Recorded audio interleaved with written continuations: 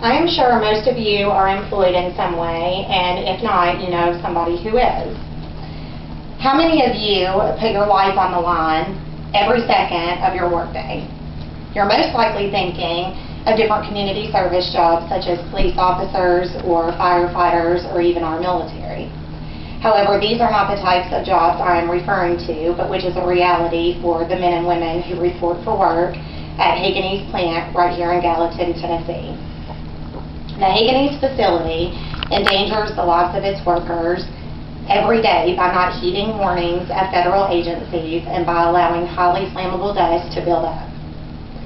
On their main webpage, Hoeganaes.com, Hoeganaes Corporation affirms they are in the business of pulverizing steel and iron metals into an atomized powder for automotive and industrial markets. The particles of dust that are produced here are highly flammable and can easily explode by a small amount of friction. Also, this particular grade of finely powdered metal dust can cause what is known as flash fires. And these are fast-moving and intense fires that are usually over in a matter of seconds. The risk of explosion increases when these dust particles are suspended in air, confined, or brought close to an ignition source. In fact, some of the deadliest accidents are from combustible dust explosions. The production of these metals is of great danger in itself, and that is why strict safety procedures in this type of work environment are critical.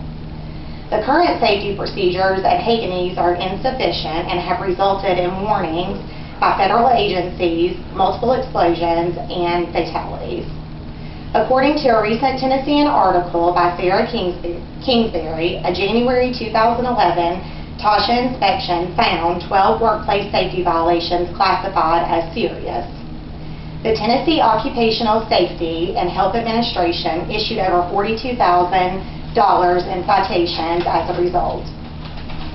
Not long after the TSHA inspection on January 31st of this year, a flash fire claimed the lives of 2 Hoeganaes workers. Ken Ward of the Charleston Gazette confirmed that Hoeganaes had been under investigation by the U.S. Chemical Safety Board prior to the January explosion. Then, on March 29th of this year, a similar fire to the one in January occurred that resulted in 1 injury. Not even 2 months later, on May 27th, a hydrogen gas leak sparked another explosion that injured many workers. Out of those injured, 3 were taken to area hospitals. Of the 3 critically wounded victims, all eventually succumbed to their injuries. One of whom was my uncle by marriage, Freddie Tuttle, who spent 8 weeks at Vanderbilt Burn Unit and passed away a couple of weeks ago due to complications. Based on the tragic events that have taken place this year alone at Hoeganaes, it is apparent that something must be done to prevent future disasters.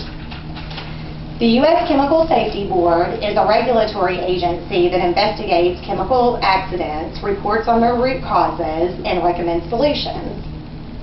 It is important to note that neither the CSB nor TSHA has the authority to shut Hoeganaes down or make them change their safety procedures.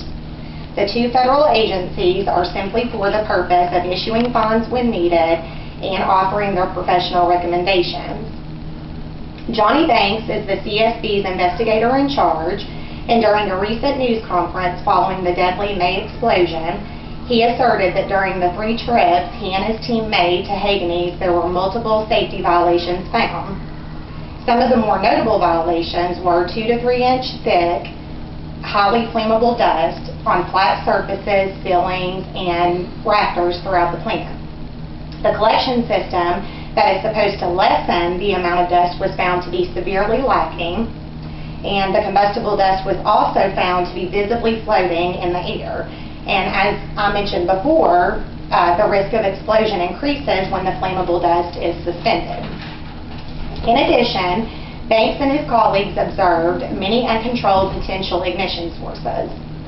As a result of their findings, the CSB recommended that Hoeganaes be completely restructured before being allowed to reopen for production.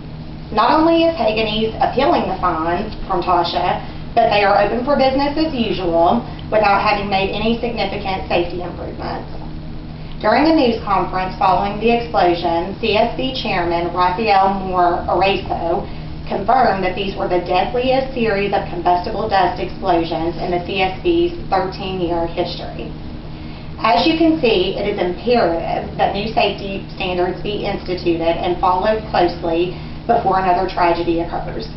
Although new recommendations to improve existing standards of this industry are being considered by OSHA, Hoeganaes should not wait for these new rules to be implemented before taking action. As citizens of the same community, we have a responsibility to Hoeganaes employees and their families to take action against this careless and perilous plan. The best solution is for us to petition Hoeganaes Corporation and their parent company, GKN, by writing a letter imploring those in charge to embrace a better standard of safety for their facility. It will only require a moment of your time, and you will walk away knowing you may have saved a life with only your signature.